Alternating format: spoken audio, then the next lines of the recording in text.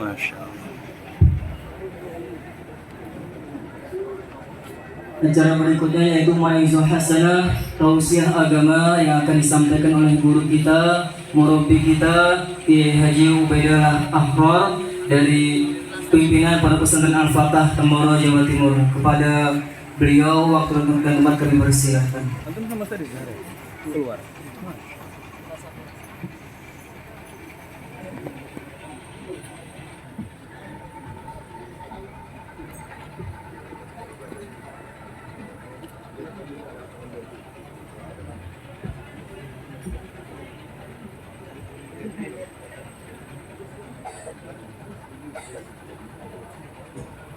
السلام عليكم ورحمة الله وبركاته.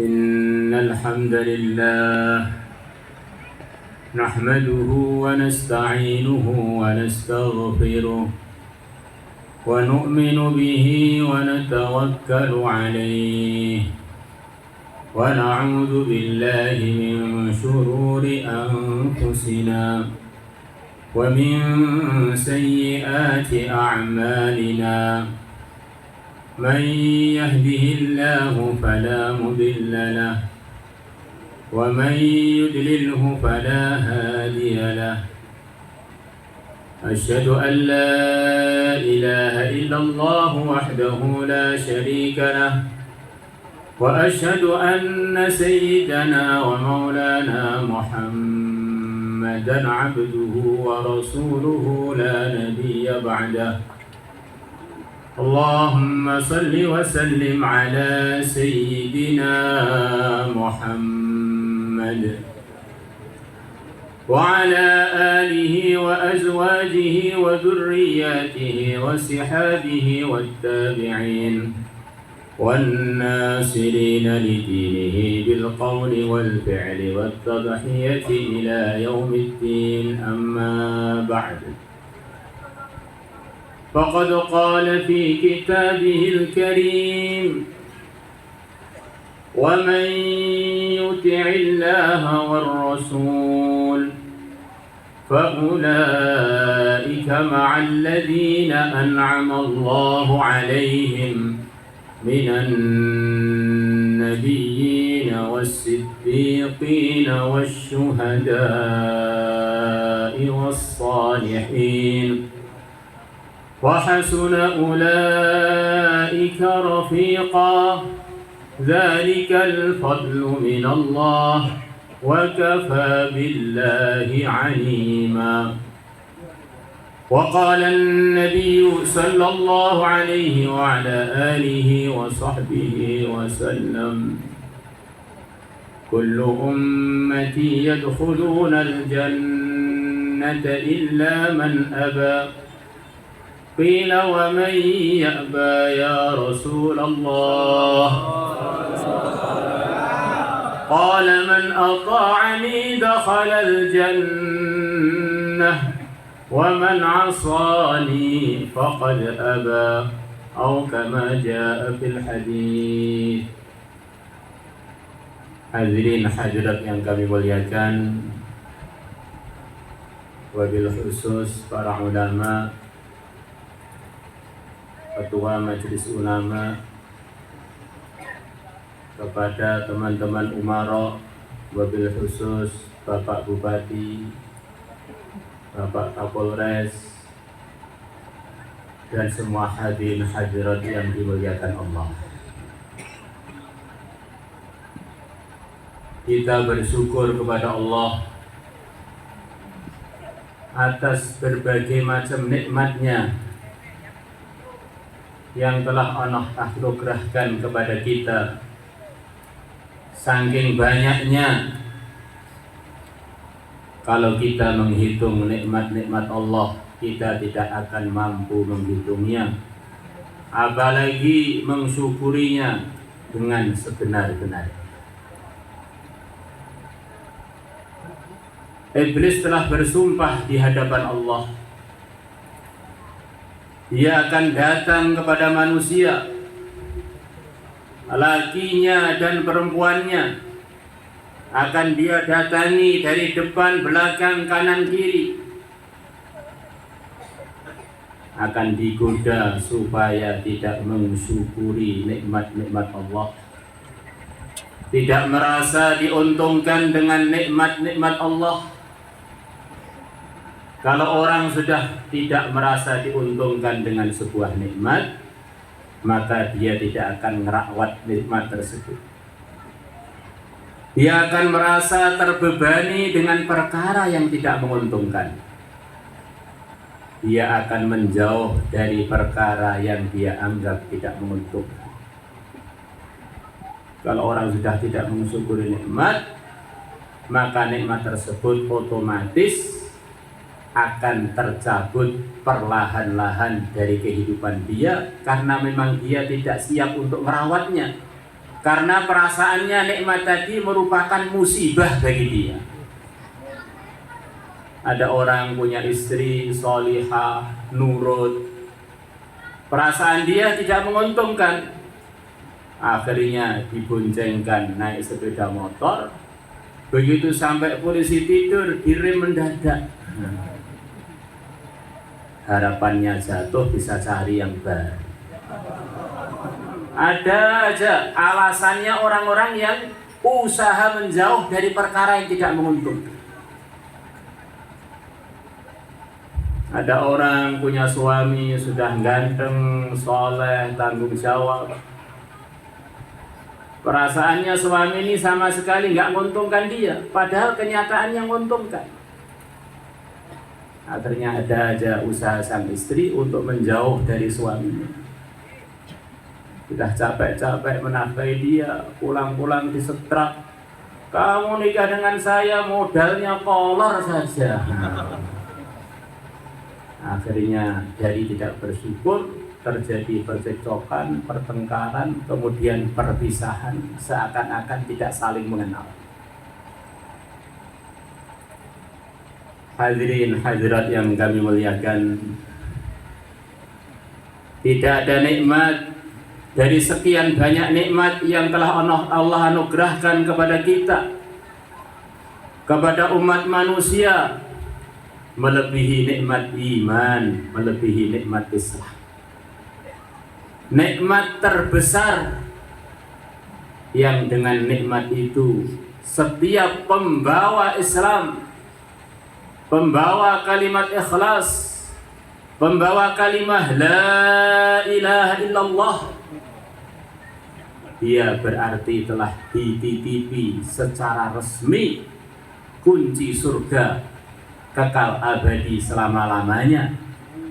Surga nikmatnya tidak ada putusnya, bahagianya tidak ada susahnya. Kerudungnya saja lebih mahal dari harga dunia dengan segala isinya. Lanasifu mra'atin fil jannah khairun minad dunya wa ma fiha. Sungguh kerudungnya wanita di surga lebih mahal melebihi dunia, lebih bagus, lebih mahal melebihi dunia dengan segala isi. Ini kerudungnya, belum yang dikerudungi. Andaikan wanita surga meludah di lautan dunia, lautan dunia yang asin akan berubah menjadi lebih manis melebihi manis. Kalau suaminya kena ludahnya harus gimana ya?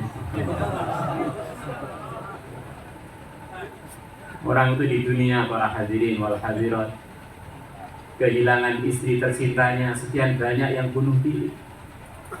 Bagaimana kalau seseorang itu kehilangan surga? Mesti tentu akan lebih susah lagi. Iman yang paling lemahnya iman, Allah akan hargai. Orang yang lemah, paling lemah iman, tapi dia wafat dengan membawa iman, Allah akan berikan kepada dia surga yang luasnya 10 kali lipat dunia.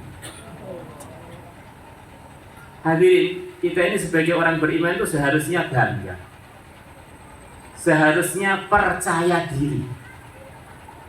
Ini majelisnya orang-orang beriman.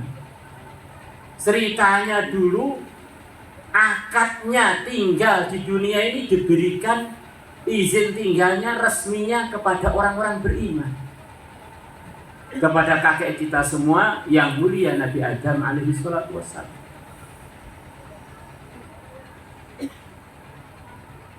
Waktu itu dunia sudah ada yang dihuni oleh sebangsa jin, Jan Banul Jan. Allah berkehendak untuk dunia ini dihuni oleh manusia, dihuni oleh Nabi Adam dan keturunannya. Maka Allah kirimkan malaikat untuk mengkondisikan dunia yang sebentar lagi akan didatangi oleh utusan Allah yang ditugasi untuk mengatur dunia ini dengan aturan-aturan yang diridhai Allah.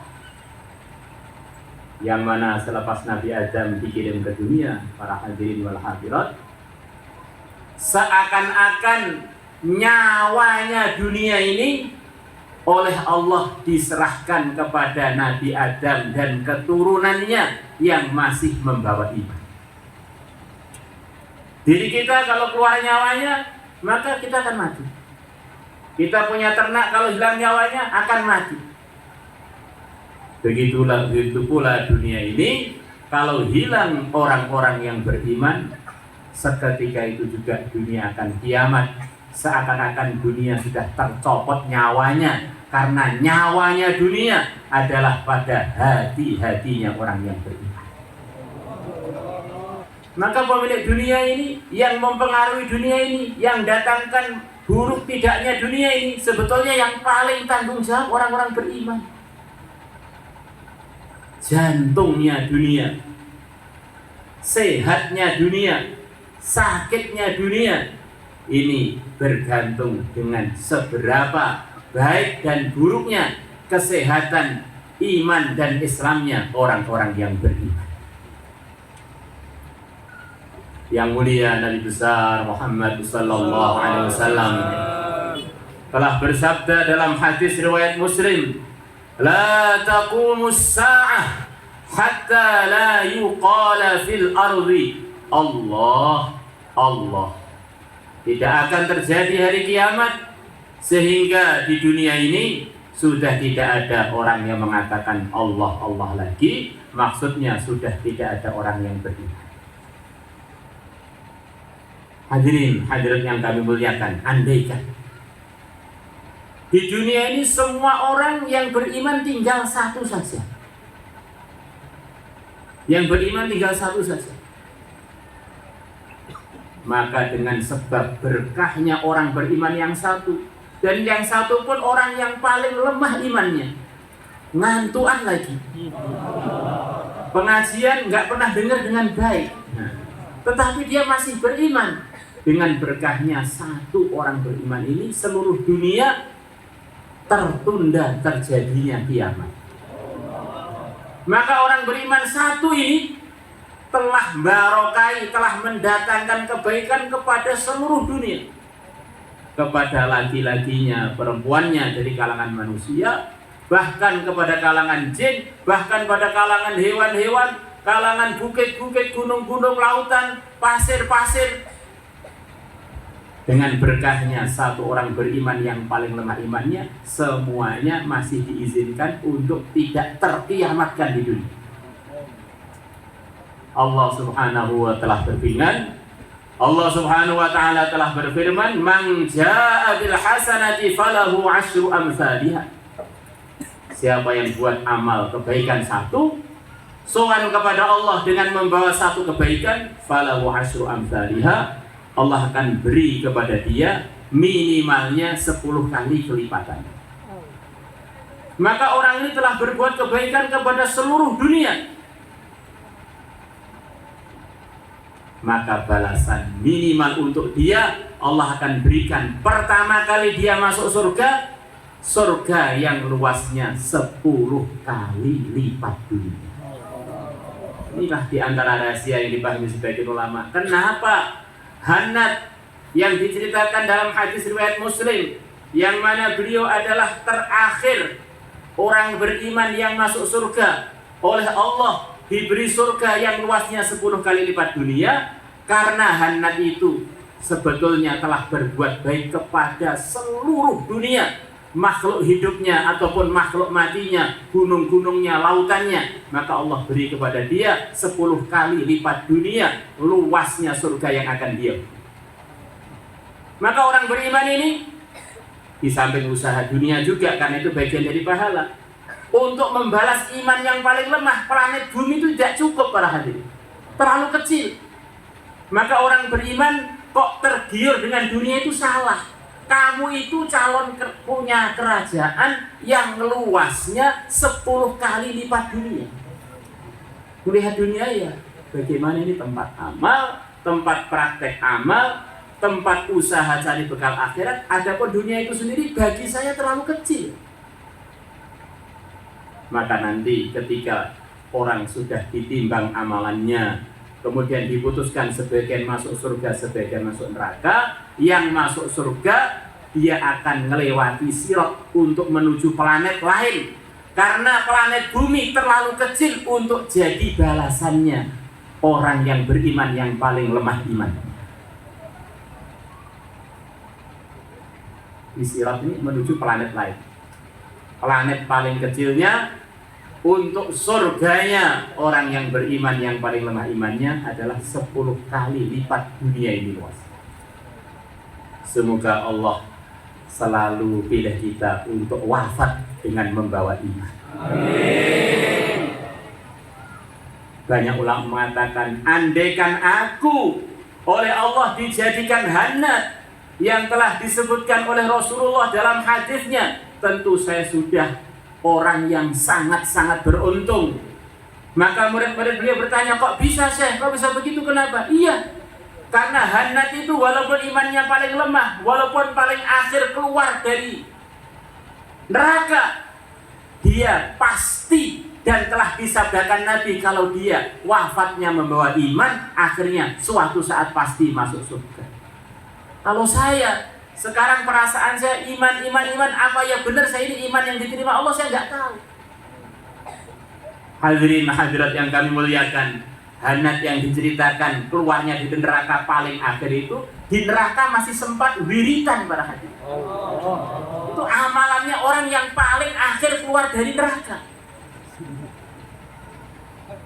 Di neraka masih bisa wiritan. Dengan sebab wiridnya itu, malaikat-malaikat yang nyari orang beriman dengar wirid dia. Begitu lemah terdengar di dalam neraka. Ya Hannan, Ya Mannan, Ya Hannan, Ya Mannan. Wahai Zat yang Maha Pengasih, kasihanilah saya. Ya Mannan, wahai Zat yang pemberi anugerah, berilah anugerah kepada saya. Maka akhirnya dengan sebab wiritannya Hannat, terketahui kalau beliau orang beriman. Akhirnya ringkas cerita diangkat dari neraka, akhirnya dimasukkan surga yang luasnya 10 kali lipat dunia. Hadirin, coba kita ini nggak usah api neraka lah, kita ini korek api saja.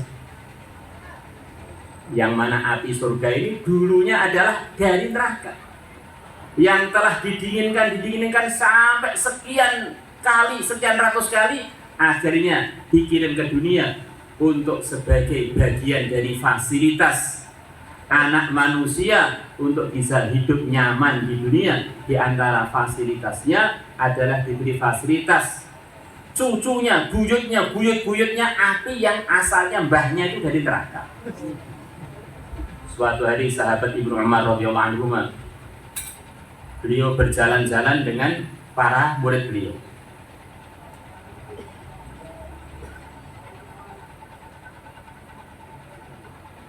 Beliau melewati api yang sedang menyala. Beliau tanya pada murid-muridnya, apa kamu dengar apa yang sedang dikatakan api itu sekarang? Maka murid-murid beliau bilang tidak dengar. Ibnu Umar mengatakan, yang sedang diomongkan api yang kita lihat itu sekarang, dia doa kepada Allah. Ya Allah, aku minta diselamatkan dari api neraka. Jadi api-api yang kita lihat ditunggu di apa itu, kalau Allah menampakkan keluhan mereka, mereka takut sekali kalau dikembalikan lagi ke neraka. Kita sedang main-main korek api. Kemudian sebagian korek api tadi mengenai ujung jari kita, para hadirin. Kira-kira kita masih sempat wiritan apa tidak? Tentu kita akan bilang, aduh bilang macam-macam, bilang yang mungkin yang tidak akan kita bilang adalah wiritan. Yang aduh, yang yang aduh, satu tok, insya Allah nggak akan keluar ya Hanan, ya Manan. Nah ini Hanan ini di api, dimasukkan di api, terselimuti api, masih sempat wiritan. Kita bersyukur akhirnya kita ini mengakui iman pada Allah, yang menciptakan hanya Allah, yang mengatur hanya Allah, Tuhan hanya Allah, yang layak disembah hanya Allah, selain Allah adalah makhluknya Allah, diciptakan, diatur, diputus oleh Allah. Nabi Muhammad adalah satu-satunya utusan Allah untuk umat Muhammad, satu-satunya jalan menuju ridhonya Allah. Semoga iman kita diterima oleh Allah. Amin. Semuanya boleh kita korbankan, satu tok yang nggak boleh adalah urusan iman. Kalau iman sampai terkorbankan, kunci surga lepas dari kita, dipanggang api neraka itu nggak enak, Pak. Begitu panasnya api neraka, kalau api neraka itu menyentuh ujung kaki, langsung kepala yang isinya otak itu langsung akan mendidih, Pak. Padahal kita tahu bahwa daging itu, para hadirin, itu bukan penghantar panas yang baik. Kita bakar paha ayam, ujungnya sudah kita masukkan api, ujung di ujungnya kita nggak terasa panas, para hadirin. Itu api dunia. Jadi kalau api neraka enggak, ujung kaki kena, langsung ujung kepala mendidih. Saking panasnya api neraka. Seringan-ringannya siksanya orang yang di neraka adalah diberi serandal dari api, kemudian kepalanya itu mendidih. Ngeri banget. Orang beriman hanya punya iman, belum belum amal yang lain, pahalanya begitu banyak. Bagaimana kalau orang beriman menambah imannya dengan amal? Umpamanya, para hadirin, umpamanya setiap orang beriman, nggak usah banyak-banyak, dari yang hadir ini saja. Setiap keluar dari rumah, umpamanya dia membaca doa yang diarahkan oleh Nabi, Bismillah, tawakkaltu 'ala Allah, la quwwata illa billah. Aku keluar rumah dengan menyebut nama Allah. Aku tidak punya kekuatan, tidak punya usaha kalau nggak ditolong oleh Allah. Orang yang keluar dari rumah dengan membaca doa ini akan diberi jaminan minimal 3 perkara oleh Allah lewat Rasulullah. Hudita wa kufita wa muqita. Kamu akan dibimbing oleh Allah. Seluruh orang yang keluar rumah dari kalangan orang beriman kok doa ini terbimbing semua. Wa kufita, dicukupi oleh Allah, tercukupi segala urusannya di luar rumah. Wa muqita, dan dijaga oleh Allah, terjaga semuanya ketika keluar dari rumah. Kalau seluruh orang Batanghari setiap keluar rumah, yang kemarin baru ulang tahun Batanghari, semoga Batanghari tambah berkah. Amin. Batanghari menjadi seperti Madinah, Batanghari Al-Munawwarah. Amin. Yang tersinari dengan sinar-sinar amal, sinar-sinar iman, sinar-sinar ketakwaan, kemajuan dalam segala yang diridhai oleh Allah, urusan akhiratnya maupun urusan dunianya. Semuanya keluar rumah pakai doa itu, berapa banyak kemajuan yang akan datang pada penduduk Batanghari. Hadirin hadirat yang kami muliakan, diceritakan oleh yang mulia Nabi besar Muhammad SAW, kalau ada suami istri ketemu, kemudian dia baca Bismillah, Allahumma jannibna wa jannibis syaitan fima razaqtana. Kemudian dalam pertempuran itu terjadi anaknya tidak digoda syaitan selamanya. Nggak usah Sumatera yang lain, Kabupaten Batanghari saja. Semua suami dan istri ketika ketemu doa ini saja, nggak usah yang lain-lain. Maka akan keluar generasi yang soleh solihah dari Batanghari yang tidak akan terpengaruh dengan narkoba, yang tidak akan terpengaruh dengan hal-hal yang tidak menguntungkan urusan akhirat dan dunia. Tidak bisa digoda setan dekesnya. Untung terus, kalau orang nggak digoda setan, untung terus. Maka dari Batanghari akan menyinari seluruh Sumatera. Akhirnya menyinari seluruh Indonesia, menyinari seluruh dunia pada hari ini. Dari satu amal saja, nggak usah banyak-banyak. Hadirin hadirat yang kami muliakan, di antara ciri khas kampung terbaik sepanjang masa, kampung Al-Madinah Al-Munawwarah, adalah kalau waktu malam kita masuk kota Madinah, dari rumah-rumah Madinah akan terdengar suara sekilas seperti suara tawon mendengung-dengung. Ternyata begitu terperhatikan, setiap rumahnya orang-orang Madinah ada suasana tilawatul Quran. Masya Allah, tadi diceritakan ada 6.000 sekian orang-orang Batanghari telah lancar baca Quran dari kalangan anak-anak tamatan SD. Ada 38 yang belum bisa. Itu 6.000 sekian tadi. Kalau setiap rumahnya ada bacaan Quran, ada tilawah setiap malam, alangkah indahnya, mirip-mirip seperti Madinah Munawwarah. Suatu hari telah datang seorang pemuda kepada yang mulia Nabi besar Muhammad sallallahu alaihi wasallam. Dia merisaukan temannya yang nakal, temannya yang masih muda yang nakal. Dilaporkan kepada yang mulia Nabi besar Muhammad sallallahu alaihi wasallam. Maka Nabi bertanya, teman kamu yang kamu laporkan tadi, teman kamu yang kamu laporkan tadi masih suka baca Quran apa tidak? Maka oleh yang laporan diberitahu masih suka baca Quran ya Rasulullah. Nabi bersabda kurang lebihnya, sesungguhnya bacaan Quran dia suatu saat akan menghentikan dia dari kenakalannya yang barusan kamu laporkan. Kalau setiap rumahnya orang beriman ada suasana tilawatul Quran, ayahnya ibunya hilang nakalnya, ditiru oleh anak-anaknya, mantu-mantunya dan cucu-cucunya. Akhirnya negara Indonesia aman, nggak ada kenakalan remaja. Jadi yang paling tanggung kenakalan remaja dan kenakalan orang tua. Nah, yang nakal bukan remaja saja. Dan remaja itu bisa nakal karena orang tuanya lupa bismillah. Jadi ini sebetulnya introspeksinya harus bareng-bareng, tobatnya harus bareng-bareng, perbaikannya harus bareng-bareng. Semua amal agama mendatangkan keuntungan. Tambah sempurna, tambah untung. Ditinggal, ada ruginya. Ditinggal lagi kedua, tambah rugi. Ditinggal semuanya, gagal total. Orang-orang beriman ini tambah sempurna imannya, tambah dikaget-kagetkan dengan macam-macam anugerah. Anugerah dari doa keluar rumah, anugerah doa ketemu suami ketemu istri, anugerah dari baca Quran, anugerah dari khatam Quran.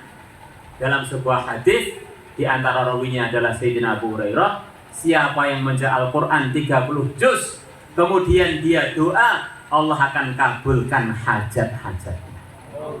Umpama ayahnya punya khataman 30 juz, ibunya punya khataman 30 juz, menantunya punya khataman 30 juz, setiap khataman kumpul bareng doa, hajatnya apa? Ya Allah, saya punya hajat, mau cari mantu yang soleh, mau cari mantu yang solihah, semuanya ngamini, amin, amin. Akhirnya Allah mudahkan dapat mantu soleh-soleh. Mau menjabat jadi calon legislatif, doa, ya Allah, saya minta jadi calon legislatif yang adil, yang memakmurkan negeri, memakmurkan diri. Tidak. Akhirnya makbul jadi caleg yang mencerahkan bangsa Indonesia. Terus kemudian ada lagi hajat mau buka perkebunan sawit. Nah, doa, ya Allah, perkebunan sawit yang berkah, sawitnya panen setahun penuh, panen banyak-banyak. Allah kabulkan, akhirnya kebunnya panennya melebihi tetangga-tetangganya gara-gara berkahnya khataman Quran. Masya Allah, kalau seluruh Indonesia setiap rumah punya khataman Quran, sudah. Semua kebaikan akan didatangkan oleh Allah untuk rumah-rumahnya Muslim Indonesia. Tetangga-tetangganya yang kata Pak Ketua Ibu tadi, yang ukhuwah basyariah sesama manusianya, ukhuwah wataniyah sesama negeri Indonesia, jadi dapat keberkahan. Seperti keadilan yang terjadi zaman Sayyidina Umar. Saking adilnya beliau, orang-orang yang belum Muslim, orang-orang Palestina yang waktu itu dikuasai oleh Nasrani melihat ini Palestina ini tidak layak untuk kita kelola, kita ini kurang adil, kita ini kurang lurus, kita serahkan orang yang pasti lurus saja, itu khalifahnya orang Islam. Sayyidina Umar dipanggil ke sana, Palestina diserahkan gratis kepada Sayyidina Umar. Jadi kalau orang Islamnya akhlaknya benar, amalannya benar, orang-orang yang belum beriman pun menjadi tertarik pada kehidupannya orang-orang beriman. Kemarin ada tamu ke rumah kami, seorang kiai dari Bali, namanya Kiai Wasdi. Dia telah mengislamkan sekian ratus orang non-muslim, dan kebanyakan yang diislamkan orang Eropa. Tempat tinggal beliau dan grupnya ini di tempat dekat-dekatnya wisata. Maka orang luar negeri itu melihat kehidupannya orang Bali yang belum Muslim, ya tidak terlalu jauh dengan kehidupan mereka di Eropa. Ini lihat orang-orang Islam, rumahnya sederhana, kaya senyum, bercengkerama, seperti hidup itu tanpa beban. Akhirnya mereka penasaran, sebetulnya orang Islam punya resep apa tuh, kok hidupnya kelihatan ayem semua itu. Mereka pada datang ke tempatnya orang Islam, minta diterangkan Islam itu sebetulnya bagaimana. Maka diterangkan, Islam itu punya Tuhan, Islam itu punya panutan, Islam itu punya ajarannya begini-begini. Mereka tertarik. Akhirnya bersyahadat, tidak cukup bersyahadat, mereka minta dibimbing mulai rukun iman, rukun Islam, mengenai ibadah sampai tuntas. Bukan itu saja, diundang grupnya Kiai Wasdi tadi ke Eropa untuk menerangkan keislaman di sana. Di orang-orang Eropa itu sudah merasakan bagaimana sumpahnya orang tidak bertuhan yang jelas. Mereka melihat orang Islam yang tertata hidupnya, senyum antar sesama, akhlakul karimah, tertarik sampai berbondong-bondong mereka masuk Islam. Maka seperti kita ceritakan tadi para hadirin, yang paling tanggung jawab keamanan Indonesia, keamanan dunia adalah orang-orang Islam. Dengan kembali merawat Islamnya, akhirnya umat Islam dibarokai oleh Allah, akhirnya umat Islam ditolong oleh Allah. Orang-orang yang non-muslim akhirnya pada tarik berbondong-bondong ikut umat Islam, akhirnya bareng-bareng masuk surganya Allah. Hadirin hadirat yang kami muliakan, itu semua akan terjadi. Akan datang satu masa seluruh dunia ini akan dapat hidayah. Maka kalau kita ini doa hidayah, kita ini doa kebaikan untuk semua ukhuwah basyariah, semua manusia kita doakan dapat hidayah, itu suatu saat akan terlaksana. Nanti zamannya Nabi Isa, seluruh dunia akan dapat hidayah semua. Akhirnya seluruh dunia amal agama dengan baik. Akhirnya Nabi ceritakan akan turun hujan, hujan kepada orang seluruh dunia yang telah amal agama. Begitu ratanya hujan tadi, sampai diceritakan dunia ini seperti kaca, tergenang air semuanya. Alhamdulillah.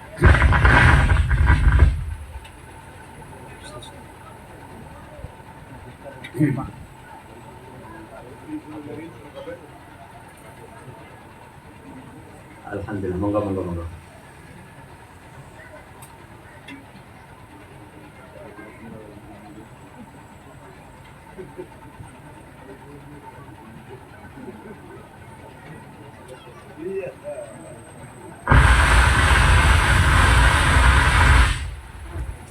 Alhamdulillah, ini termasuk tanda pengaturan Allah.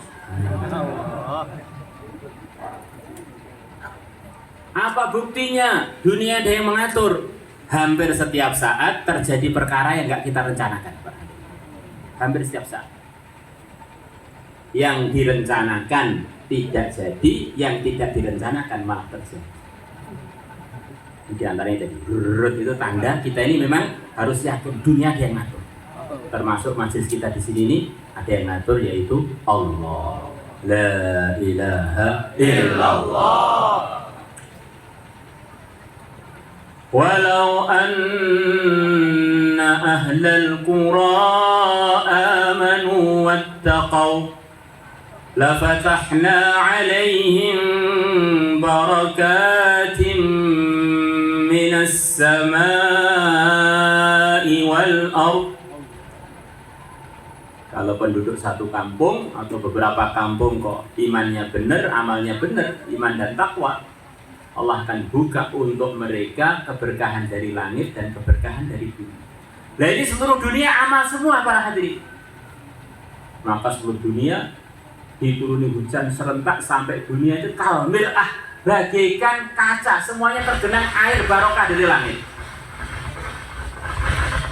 Akhirnya Nabi bercerita begitu barokahnya hari itu, bulan-bulan itu delima yang asalnya buahnya dimakan 1-2 orang kurang, satu buah delima dimakan 1 orang kurang, bahkan pengen nambah lagi. Waktu itu delima menjadi membesar sampai kulitnya delima bisa untuk atapnya tenda. Maka perbaikan ekonomi itu di samping macam-macam usaha yang telah disebutkan Pak Bupati tadi, di antara usahanya adalah usaha perbaikan iman dan amal biar semuanya muncul barokah dari langit dan barokah dari bumi. Kambing yang biasanya air susunya hanya untuk 1-2 orang diminum ratusan orang tidak habis. Sapi yang biasanya air susunya bisa diminum 10 orang, diminum 1 kampung tidak habis lagi. Ini akan terjadi. Hadirin, kadang-kadang hati kita ini dibisi oleh nafsu kita, oleh setan yang goda kita. Itu kan ceritanya para wali toh Pak, saya ini siapa? Istilahnya orang Jawa, saya ini kan galengan bin galengan. Saya ini kan orang asli, orang dari sawah. Ayahnya juga orang sawahan, kakeknya juga orang sawahan, galengan bin galengan, pematang sawah, putranya pematang sawah. Apa ya bisa saya mendapatkan iman amal seperti ceritakan tadi? Masya Allah, hadirat yang kami muliakan, kita ini orang-orang mulia. Dalam darah kita ini telah mengalir darahnya orang yang sangat mulia, darah suci, darahnya kakek kita semua, darahnya Nabi Adam. Yang sudah diresmikan semua manusia ini adalah anak cucunya Nabi Adam. Sebelum ada data pencatatan penduduk seluruh dunia, Allah telah berfirman, yang firmannya dinukilkan dalam Al-Quran, ya Bani Adam, di antara wahai putra-putra Adam. Kita ini adalah anak cucunya Nabi Adam yang sangat soleh, yang maksum, yang tidak punya keliru. Andaikan ada yang berhak mengkelirukan hanya Allah saja, yang selain Allah ikut-ikut menirukan para anbiya, ini jadi orang yang dimurkai Allah.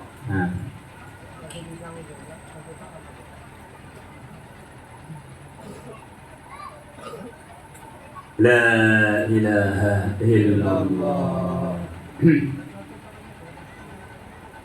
Jadi kita kadang-kadang lihat anaknya Ustadz nakal, nggak pantas anaknya Ustadz nakal.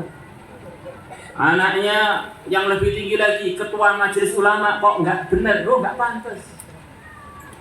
Ini cucunya Sunan Ampel, kok nggak benar, nggak pantas, sangat nggak pantas. Cucunya sahabat kok nakal, nggak pantas. Bagaimana kalau kita ini cucunya Nabi, tambah nggak pantas lagi kalau nggak sholat. Kita ini bukan cucunya wali, bukan cucunya wali Songo, bukan cucunya sahabat. Kita ini cucunya seorang nabi. Yang mana di kalangan umat ini, para hadirin hadirat yang kami muliakan, orang yang tertinggi derajatnya adalah Sayyidina Abu Bakar. Yang diriwayatkan oleh Ibnu Umar dari yang mulia Nabi besar Muhammad sallallahu alaihi wasallam, "Lau wuzina imanu Abi Bakrin bi imani jamil ummah la rajaha bihi." Andaikan imannya Abu Bakar ditimbang dengan imannya seluruh umat, tentulah imannya Abu Bakar akan mengungguli imannya seluruh umat. Itu Sayyidina Abu Bakar, derajat beliau yang tertinggi yang dinukilkan oleh Imam Ibnu Katsir adalah afdhalul khalqi ba'dal anbiya, makhluk terbaik selepas para nabi. Di kita ini cucunya Nabi Adam yang iblis dilaknat. Kita setiap bilang iblis dan laknatullah, sebabnya karena kualat dengan mbah kita. Iblis gak mau hormat dengan Nabi Adam, kualat, dijauhkan dari rahmatnya Allah, dijauhkan dari sayangnya Allah, gara-gara gak hormat dengan kakek kita. Kita ini anaknya orang, kalau bahasa Jawa namanya malati. Orang berani-berani dengan kakek kita. Iblis yang asalnya dekat dengan rahmatnya Allah langsung ditendang dari rahmatnya Allah. Sampai sekarang gelarnya gak berubah, laknatullah. Ini gara-gara kualat dengan kakek kita. Hadirin hadirat yang kami muliakan, kita ini seharusnya semangat menjadi orang beriman yang bermutu, karena kita semuanya ini adalah cucunya Nabi Nuh. Kok bisa Pak? Iya, selepas Nabi Nuh diselamatkan oleh Allah dengan 40 pasang, semua pasangan tadi nggak punya keturunan. Yang punya keturunan hanya Nabi Nuh saja, dan itu diresmikan dalam Al-Quran. وَجَعَلْنَا ذُرِّيَّتَهُ هُمُ الْبَاقِينَ. Aku Allah telah jadikan anak cucu Nabi Nuh yang masih sisa di dunia. Jadi kita ini mengalir darah kita, darahnya Nabi Adam dan darahnya Nabi Nuh. Kakek kita ini pernah doa dengan sekali angkat tangan, langit jebol, bumi ambrol, yang hak tegak, yang batil hilang seluruhnya, tuntas gak tersisa. Itu mbah kita. Yang diantara yang disebutkan, beliau mengajak manusia untuk iman pada Allah siang malam selama 950 tahun. Kita ini anaknya, kita ini cucunya Nabi Nuh yang biasa menyelesaikan masalah dengan doa. Ada seorang ulama doa belum kabul-kabul, bahkan doa ada suara dari langit, doa kamu gak makbul. Terus doa sampai 10 tahun datang lagi suara nggak makbul, sampai teman-teman dia bilang, untuk apa doa saya? Itu sudah ada jawaban dari malaikat, doa kamu nggak makbul. Kok terus doa? Maka ulama tadi mengatakan, selain Allah itu bisa apa memang? Kalau Allah belum beri, ya saya minta lagi sampai kapan? Ya sampai kapanpun saya akan minta hanya kepada Allah. Selain Allah itu nggak punya apa-apa kok. Selain Allah itu hanya makhluk, nggak punya apa-apa. Berharap kepada makhluk ujung-ujungnya kecewa. Makhluk ini seperti kita para hadirin, gak bisa nahan ngantuk, gak bisa nahan mati, gak bisa nahan uban. Maka orang itu berharap kepada makhluk seperti orang berharap kepada kita keterlaluan. Walaupun istri kita akan bilang, saya ini mampu apa sih istriku yang tercinta? Paling saya ini mampunya gombal-gombal, kalau gak mampu apa-apa saya.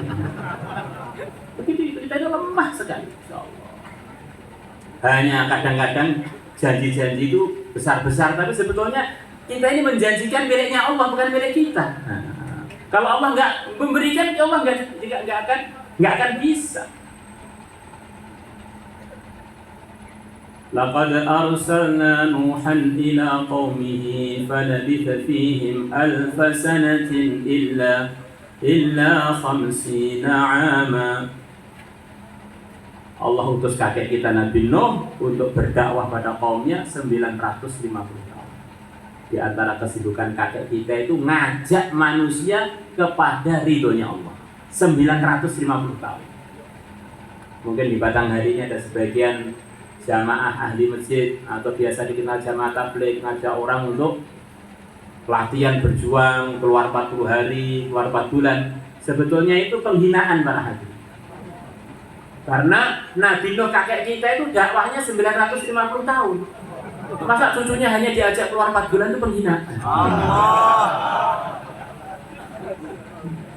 Kurang berat itu. La ilaha illallah. Hadirin hadirat yang kami muliakan, kita seluruh umat Muhammad diperintahkan untuk merasa bagian dari keluarga Nabi Ibrahim. Yang mana satu keluarga, ayahnya, istrinya, anaknya demi ridho Allah siap korban, apapun dikorbankan demi ridhonya Allah. Demi ridhonya Allah, ayahnya siap meninggalkan istrinya di tempat yang tidak ada teman, tidak ada makan minum di sana demi ridhonya Allah. Anaknya demi ridhonya Allah siap disembelih tanpa salah asalkan Allah ridho. Istrinya demi ridhonya Allah siap ditinggal di tempat yang tidak ada teman, tidak ada makan, tidak ada minum, tidak ada kesurupan. Kalau Allah ridho nggak masalah. Dengan keyakinan idzan la yudayyana. Kalau memang itu perintah Allah, Allah pasti tidak sekali-kali akan menelantarkan kami. Orang yang taat kepada Allah tidak akan ditelantarkan oleh Allah. Maka selepas beliau bertiga, ayah, ibunya, anaknya, terdepan dalam usaha menyempurnakan amalan-amalan yang meridhokan Allah, apa terus terlantar? Apa terus terbuang? Apa terus putus keturunannya? Tidak, para haji. Tidak ada keluarga yang lebih barokah sepanjang sejarahnya manusia melebihi keluarga Ibrahim. Kita ini diperintah oleh Allah supaya merasa agama Islam itu agama kakek kalian sendiri, Ibrahim. Maka jangan merasa asing dengan aturan-aturan Islam itu. Ini punya keluarga kamu sendiri yang sudah dipraktekkan, ternyata mereka berkah dunianya, berkah akhiratnya. Millata abikum Ibrahim huwa sammakumul muslimin. Dan Nabi Ibrahim, Masya Allah, berharap-harap umat Muhammad ini muncul orang-orang yang luar biasa. Dialah Ibrahim yang telah menamakan kalian umat Muhammad dengan nama muslimin. Kalau buahnya kembali kepada Nabi Ibrahim. Imam Suyuti beliau meriwayatkan bahwa dulu para hadirin, gelar muslim itu hanya untuk para anbiya. Tapi untuk umat Muhammad, semua umat Muhammad digelari, diresmikan dalam Al-Quran, digelari dengan gelar muslim. Muslim itu kata sebagian ulama, orang yang telah menyempurnakan iman dan amal. Maka kita hari-hari mudzakarah, kita hari-hari ngulang-ulang rukun Islam ada 5. Pertama iman, kemudian amal. Di Islam itu sudah menyempurnakan iman dan amal. Kalau iman tok belum tentu Islamnya wujud. Kita ikut pendapat bahwa Muslim itu lebih tinggi daripada mukmin. Nabi mengatakan, wa ana minal muslimin, aku Rasulullah termasuk orang yang telah menyempurnakan iman dan amal. Muslim. Ya ayyuhalladzina amanu taqullaha haqqa tuqatih. Hai orang-orang beriman, takwalah kepada Allah dengan sebenar-benar takwa, wala tamutunna illa wa antum muslimun. Dan sekali-kali kalian jangan mati sebelum menjadi muslim, sebelum menyempurnakan iman dan amal kalian. Di kebanyakan ayat Al-Quran menunjukkan bahwa Islam itu lebih tinggi daripada iman. Ya ayyuhalladzina amanu dkhulu fis-silmi kaffah. Hai orang-orang beriman, masuklah pada Islam dengan sempurna. Karena kalau baru la ilaha illallah Muhammadur Rasulullah belum mengamalkan syariat, Islamnya belum sempurna. Maka kata para ulama, akan bermunculan di kalangan umat Muhammad ini orang yang begitu baik iman dan amalnya. Setiap generasi ada yang begitu-begitu sampai nanti Nabi Isa ketika turun di dunia ini, beliau akan terkaget-kagetkan ketemu orang akhir zaman yang iman dan amalnya mirip-mirip dengan para sahabatnya yang mulia Nabi besar Muhammad sallallahu alaihi wasallam. La yalqayanna ibnu Maryam rijalan hum mithlukum aw khairun minkum aw kama jaa fil hadits. Sungguh nanti Isa ibnu Maryam akan ketemu dengan para tokoh agama, para jagoan-jagoan Islam di akhir zaman yang mereka seperti kalian sahabatku dalam baiknya, atau bahkan lebih dari segi mereka sudah begitu jauh dengan Rasulullah, tapi iman dan amalnya begitu kuat dan kokoh. Kita ini keluarga Ibrahim. Ini anaknya Nabi Ibrahim kok ngaji ngantuk, nggak pantas lah. Ini putranya Nabi Ibrahim kok di rumahnya hanya lalai-lalai saja, nggak pantas lah. Saya ini putranya Nabi Ibrahim. Secara rohani kita ini disuruh merasa bagian dari keluarga Nabi Ibrahim. softnya sholat terdepan, tapi jangan sampai di depannya imam.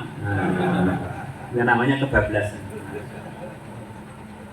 Tahajudnya nggak ketinggalan. Nabi Ibrahim, keluarga Nabi Ibrahim, demi ridhonya Allah siap untuk mengambil risiko. Insyaallah kita semuanya niat para hadirin hadirat yang kami muliakan, dan kita ini diperintah oleh Allah untuk merasa bagian dari keluarganya yang mulia Nabi besar Muhammad sallallahu alaihi wasallam.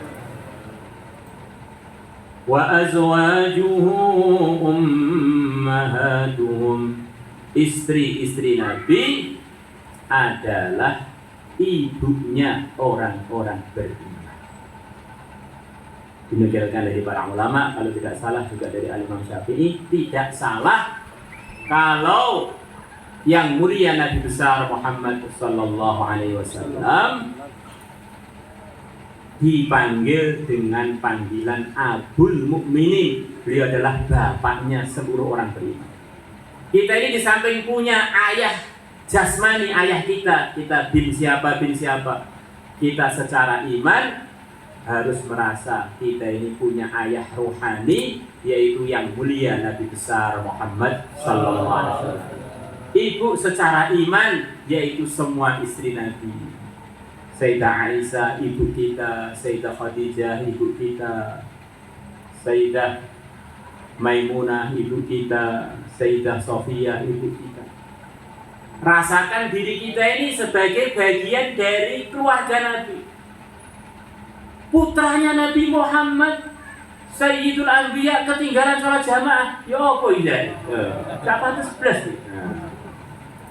Rasa-rasa tadi perlu kita renungi. Saya ini hamba Allah, saya ini cucunya Nabi Adam, saya ini cucunya Nabi Nuh, keluarga Nabi Ibrahim, keluarga Sayyidul Anbiya. Rasa-rasa itu kita ulang lagi dalam kehidupan kita, karena manusia ini hadirin sangat dipengaruhi oleh rasanya, kecuali orang-orang yang sudah tidak berperasaan seperti orang Israel. Tidak lagi. Orang itu rasanya ngantuk akan cari tempat tidur, rasanya lapar akan cari makanan, rasanya marah pengen cari pelampiasan. Nah kalau itu punya rasa sebagai hamba Allah yang pengen beribadah kepada Allah, punya rasa saya ini cucunya Nabi Adam yang pengen niru kesolehannya kakeknya, keluarga Nabi Nuh pengen niru doanya kakeknya, dakwahnya kakeknya, pengen merasa sebagai keluarganya Nabi Ibrahim, akhirnya pengen berkorban, pengen soft terdepan dalam kebaikan seperti mereka. Merasa bagian dari keluarga Nabi Muhammad, tidak pengen malu-maluin Nabi Muhammad punya umat kok ngantuan, gak semangat belas ngamani agama umat model opo ini. Maka semoga majelis kita malam hari ini menjadi bagian majelis yang memotivasi kita untuk tambah semangat merawat iman dan merawat Islam kita. Insyaallah semuanya niat, insyaallah itu semuanya adalah anugerah dari Allah. Maka kita mulai perbaikan. Di antara arahan para ulama adalah dengan perbaikan sholat kita. Usahakan urusan sholat ya dibuat main-main. Di antara arahan para ulama selepas perbaiki sholat, banyak baca sholawat. Orang itu kalau banyak baca sholawat disenangi Allah dan didoakan Nabi. Kalau kamu bingung cara memulai perbaikan dari mana, mulailah dari sholat. Selepas sholat banyak baca sholawat, biar nanti sembung secara rohani dengan yang mulia Nabi besar Muhammad. Kemudian diteruskan dengan kita ini sering-sering buat majelis kebaikan. Di antara sebabnya orang itu amalnya malas para hadirin karena kehalang oleh dosa-dosa dia, kehalang oleh maksiat-maksiat dia yang dulu. Kalau orang hadir di majelis-majelis kebaikan, majelis yang murni karena Allah, karena Rasulullah, Allah jamin lewat Rasulnya, qumu maghfuran lakum qad buddilat sayyi'atikum hasanat. Bangkitlah dari majelis dalam kondisi Allah telah ampuni dosa-dosa kalian dan keburukan-keburukan kalian telah diganti dengan kebaikan. Akhirnya rontok dosanya, terang hatinya, ngamalkan agama lebih semangat daripada sebelumnya. Maka majelis-majelis seperti ini perlu kita buat di kantor kita, perlu dibuat di pendopo kita perlu buat di kesatuan kita perlu buat di keluarga besar kita supaya ngerontokkan dosa-dosa ini. Diceritakan oleh Hafidz Dimyati dalam kitab Al-Majar Ar-Rabih, setiap tahun para hadirin, setiap tahun itu akan ada hari yang paling menyusahkan iblis, yaitu hari Arafah. Nabi bersabda kurang lebihnya, tidak ada orang beriman pun yang di hatinya ada sebiji darah dari iman, kemudian dia masih hidup pada hari Arafah, di mana saja dia berada, Allah akan ampuni dosanya karena berkahnya sekian banyak orang beriman yang wukuf di Arafah. Jadi kita di Indonesia kerja, kita di Indonesia nganggur, dengan berkahnya orang-orang yang di Arafah kita ikut terampuni dosanya. Maka iblis teriak-teriak, ngapain sih kok setiap tahun ada hari Arafah? Akhirnya saya capek-capek kerja setahun gara-gara hari Arafah, semua dosa terhapus semua. Dan kita bangga sebagai orang Indonesia karena ternyata yang hadir di Arafah itu termasuk yang terbanyak. Jadi asbab datangnya rahmatnya Allah, orang sedunia dapat ampunan itu orang Indonesia yang meramaikan Arafah sana barang. Jadi kita dari orang Indonesia itu masa berkah. Nengok kanan orang Islam, nengok kiri orang Islam, nengok depan orang Islam, orang barokah tok. Yang mana berkahnya orang iman yang paling lemah imannya, seperti disebutkan tadi, merata seluruh dunia. Dan itu ternyata pancaran barokah itu kalau dilihat dari satelit langit, ternyata berkobarnya itu kebanyakan dari Indonesia. Nanti orang yang ke mahsyar akan bangkit dari kuburan masing-masing. Orang-orang beriman mengikut amalan masing-masing, ada yang bercahaya dikit, cahaya banyak. Yang suka tahlil sehari, tahlil 100 akan seperti matahari, yang lebih seperti apalagi. Itu nanti yang paling suka tahlil seluruh dunia itu diantaranya orang Indonesia. Maka nanti kalau hari kebangkitan yang paling banyak mengagumkan orang pandangan di mahsyar orang-orang Indonesia. Mukanya kok lain, orang mana ini? Hidungnya pesek sepertinya itu kok sinarnya melebihi negeri-negeri lain. Oh ternyata orang Indonesia, ternyata orang Batanghari. Nanti akan ada pandangan di mahsyar, orang-orang yang telah diputus masuk surga akan antri masuk surga. Ternyata ngantri yang terbanyak di antara pemandangannya para hadirin adalah orang-orang Indonesia ngantri masuk surga. Di orang itu akan masuk surga zumara, rombongan terbesarnya dari Indonesia. Jadi secara rohani seluruh manfaat di dunia ini untuk orang Islam maupun orang non-muslim itu datangnya itu dari Indonesia, karena umat Islam terbesar di Indonesia. Maka kita ini bersyukur jadi umat Indonesia, mestinya nambah pengorbanannya supaya keberkahan Indonesia tetap bisa diwariskan ke anak cucu, masa depan anak cucu. Akhirnya perkembangan Islam akhir zaman itu Indonesia ikut andil terdepan. Banyak ulama berharap, Nabi telah bersabda bahwa perkembangan umat Islam di akhir zaman itu akan dimulai dari timurnya negeri Arab. Sudah banyak yang dapat bagian. Umat Islam terbanyak Indonesia belum bagian. Kemungkinan umat Islam di Indonesia akan jadi asbab hidayah seluruh dunia itu ada para hadirin. Karena sudah ada hadisnya, perkembangan Islam akhir zaman dimulai dari timur para hadirin. Dan kita ini termasuk timur. Maka kita kalau menghadap sholat yang menghadap ke barat, kita termasuk timurnya Ka'bah. Masya Allah. Dari Batanghari asbab hidayah untuk seluruh Jepang, Korea, Amerika, dari Jawa, mana lagi, Masya Allah. Dan secara rohani sekarang pun sudah ngirim sinar hidayah ke seluruh dunia. Dari tahajudnya, dari bacaan Qur'annya, dari itu. Nanti di akhirat sana termasuk orang yang tinggi derajatnya adalah orang yang hafid Qur'an. Ternyata hafid Qur'an seluruh dunia mungkin yang terbanyak itu di Indonesia berarti. Oh, kalau kita lihat di Jawa Tengah, Jawa Timur, kata hafid Quran itu begitu banyak banget. Di Tembora aja setiap tahun nggak kurang dari mungkin 2.000 orang hafid Quran yang baru. Ini jadi orang Indonesia itu jangan ini. Harus percaya diri. Sudah waktunya kita ini soft terdepan dalam segala kebaikan. Salah semuanya niat insya Allah. Kurang lebihnya minta maaf. Kepada para ulama kurang maaf, minta maaf atas kelancangan kami, ngomongnya kebablasan kurang adab. Assalamualaikum warahmatullahi wabarakatuh. Waalaikumsalam.